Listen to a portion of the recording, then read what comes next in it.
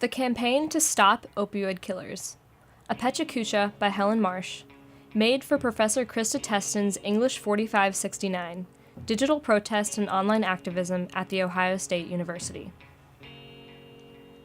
In 1993, Purdue Pharma, one of the country's largest prescription drug corporations, founded the advocacy group Partners Against Pain to represent the 100 million Americans suffering from chronic pain.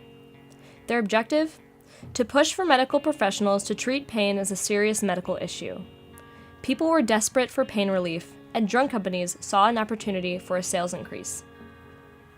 Using ingenious marketing tactics such as hats, pill cases, stuffed animals, and most importantly, monetary incentives for the doctors who prescribed their brands of opioid painkillers, drug companies launched a guerrilla war against the American public. Drug companies and doctors, both on the receiving end of this painkiller paycheck, advertised for the safety, effectiveness, and minimal addictiveness of these drugs.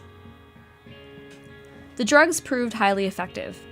Purdue Pharma and Partners Against Pain had triumphantly relieved sufferers of their pain.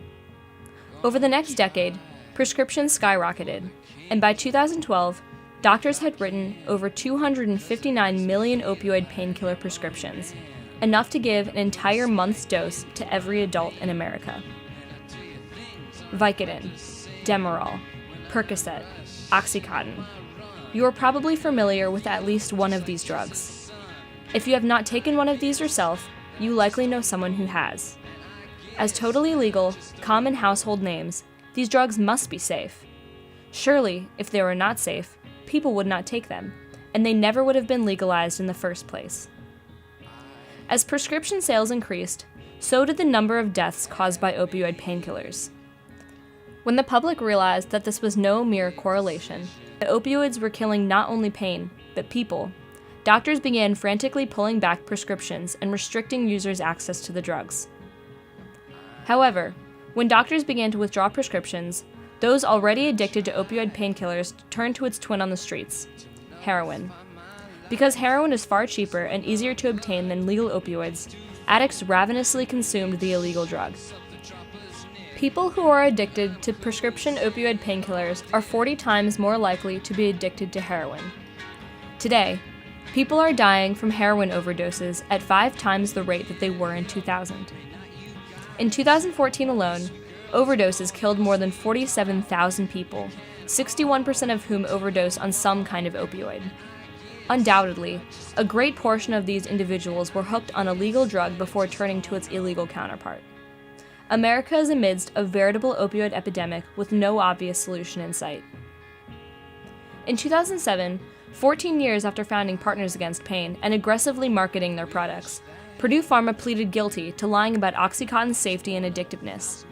They were fined nearly $640 million, forever stigmatizing their beloved Oxycontin and its generic variants. No amount of money can return the lives of those killed by opioid painkillers. So many people were subject to the lies of greedy drug companies and misinformed physicians. Hundreds of thousands of people died before anyone admitted to any wrongdoing. While we cannot reclaim the lives of those who died, we can transform the lives of those still in critical pursuit of relief. At its most basic level, Stop Opioid Killers urges individuals to stop taking opioids for non-chronic pain. You will not get addicted, you will not opt to heroin, you will not overdose if you simply never start taking them. But for the millions of others who suffer from crippling, debilitating chronic pain, or are already addicted to opioids, saying, "Stop taking opioid painkillers," will not suffice. What is there to do for the middle-aged truck driver with back pain who cannot work without painkillers?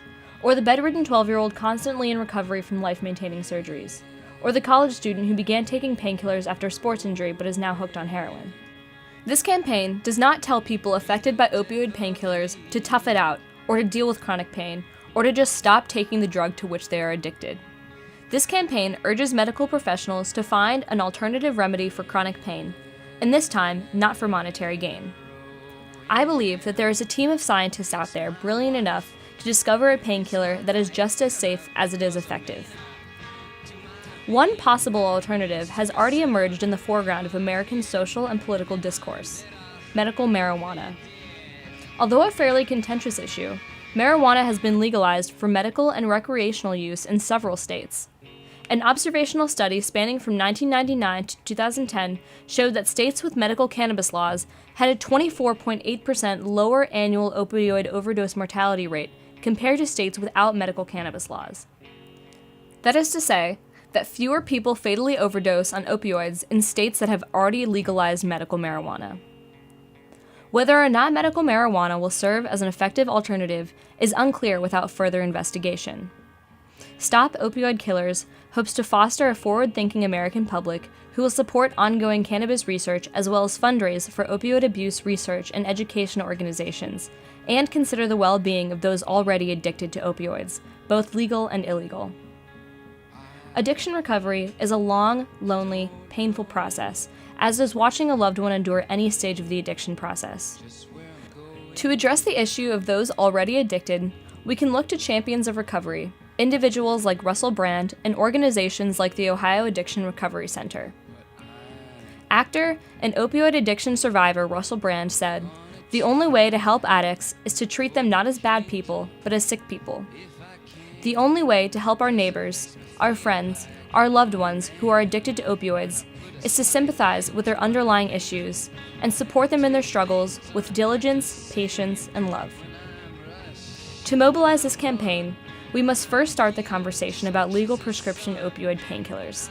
Let it be known that these drugs are not safe, that they are highly addictive, and that they are a potential gateway to heroin. This mock tweet conveys the danger of opioid painkillers. You wouldn't give heroin to your kids. Don't let your pediatrician prescribe opioids. #OpioidsKill. Second, we must raise funds for the foundation and maintenance of opioid abuse research and education organizations. This mock tweet pseudo-simplifies the solution to the complex opioid issue. Find an alternative, support addiction recovery, stop the flow of money from the pockets of addicts to the pockets of drug companies. #OpioidsKill. Third, we must support continued research of medical marijuana as a possible alternative for chronic pain relief. This mock tweet draws the connection between medical marijuana research and the solution to opioid abuse.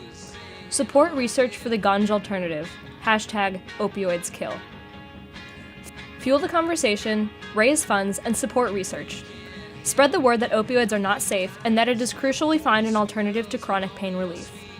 Share this illustration of an imprisoned opioid pill with the caption, "Opioids killed more than 28,000 Americans in 2014. Stop Opioid Killers," accompanied by the #OpioidsKill. The issue of opioid abuse is immense and highly nuanced. The search for a solution comes at no small price, but we cannot just sit back and watch our loved ones suffer from chronic pain or opioid addiction. With patience, diligence, and love, together, we can stop opioid killers. #OpioidsKill.